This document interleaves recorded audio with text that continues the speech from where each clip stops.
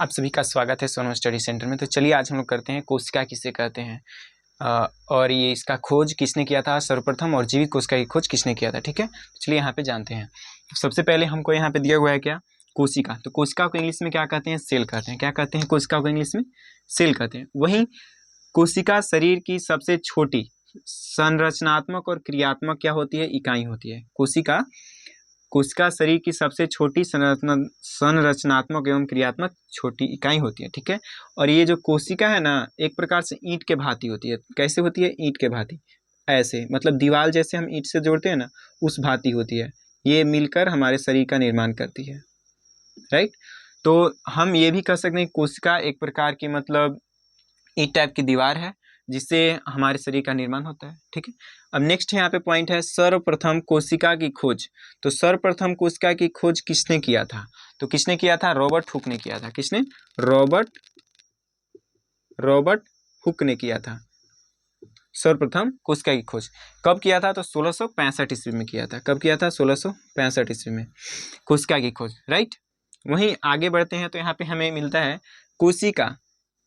कोशिका यानी कि इंग्लिश में इसे जो सेल कहते हैं। तो सेल एक लैटिन भाषा का शब्द है। कैसा शब्द है, लैटिन भाषा का शब्द है, और यह सेलुला से बना है। किससे बना है, सेलुला से बना है। लैटिन भाषा के शब्द सेलुला से बना है। कोई पूछे कि मतलब कोशिका यानी कि सेल जो है, ये सेल शब्द ये किससे बना है, तो ये सेलुला नाम के शब्द से बना है, जो कि किस भाषा का शब्द है, लैटिन भाषा का शब्द है। किस भाषा का, लैटिन भाषा का। वहीं आगे बढ़ते हैं तो हमें मिलता है पॉइंट में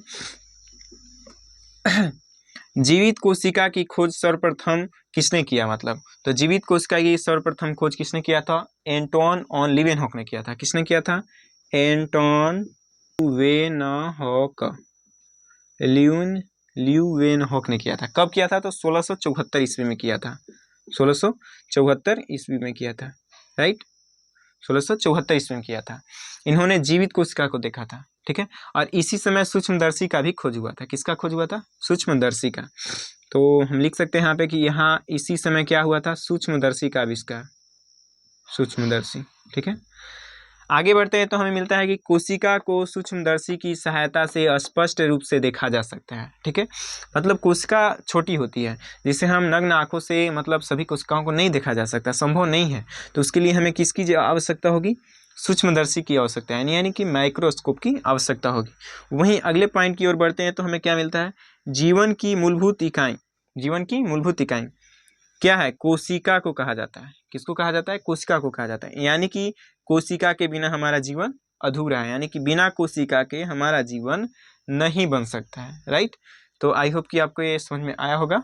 तो चलते हैं अगले टॉपिक पे।